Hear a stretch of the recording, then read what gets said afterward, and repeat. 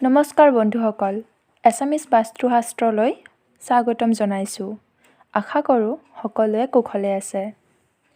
শুক্লপক্ষ আৰু কৃষ্ণপক্ষৰ মাজত যদি কেতিয়া কি সপোন দেখিলে ফলাফল হয় আৰু এইটো বিফল হয়, তাকে আজি আমি আলোচনা কৰিম।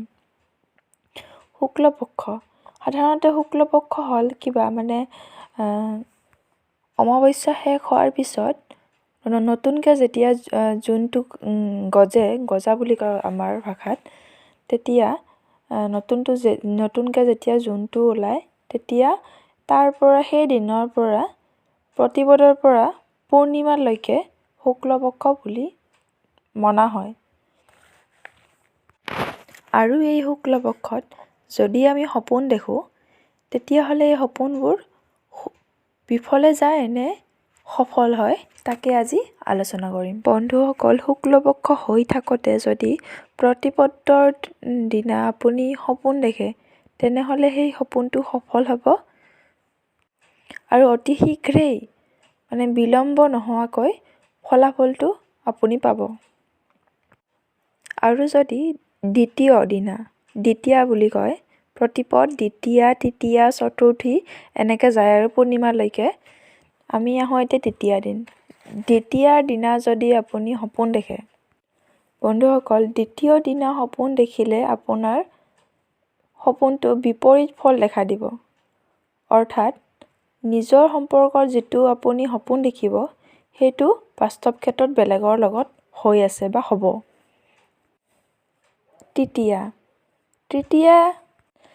তৃতীয়া হৈছে দ্বিতীয়াৰ বিপৰীত। আপুনি যিটো সপোন দেখিব, সেইটো বাস্তৱ জীৱনত আপোনাৰ লগতে ঘটিব।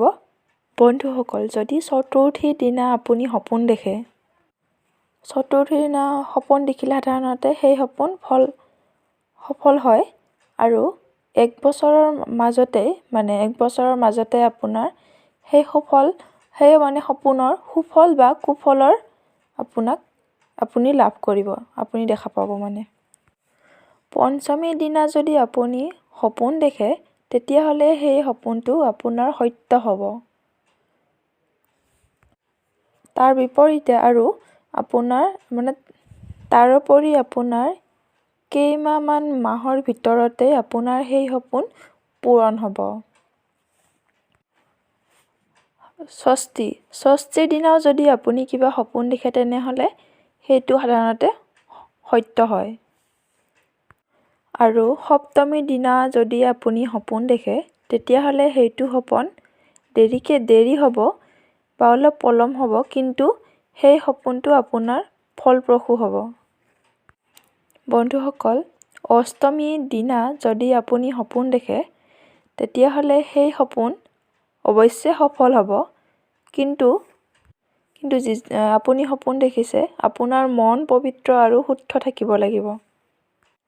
বন্ধুসকল, নৱমীৰ দিনা যদি আপুনি সপোন দেখে, তেতিয়াহ'লে সচৰাচৰভাৱে আপোনাৰ সপোন সত্য হ'ব। আৰু নৱমীৰ একেই দশমীতো আপোনাৰ সপোন বেছিভাগ এক ক্ষেত্ৰতে ফলপ্ৰসূ হ'ব। তাৰপিছত একাদশীৰ দিনা যদি আপুনি সপোন দেখে, তেতিয়াহ'লে সেই সপোন নিশ্চিতভাৱে সফল হ'ব আৰু সেইটো সপোন অলপ বিলম্ব হ'ব। অলপ পলমকৈ আপুনি সেইটো সপোনৰ ফল লাভ কৰিব। দ্বাদশীৰ দিনা আপোনাৰ যিটো সপোন দেখি নাপাওক কিয়, সেইটো সপোন কেতিয়াও সত্য নহয় বা আপুনি সেইটো সপোনৰ সফল নহয়। ত্ৰয়োদশীৰ সপোনো আপোনাৰ কেতিয়াও সত্য নহয়। তাৰপিছত আহিল চতুৰ্দশীত সপোন দেখিলে সেই সপোনে আপোনাক সুফল দান কৰিব। চতুৰ্দশীত সপোন দেখিলে সেই সপোন কেতিয়াও মিছা নহয়। সেই সপোন আপোনাৰ ফলপ্ৰসূ হ'বই।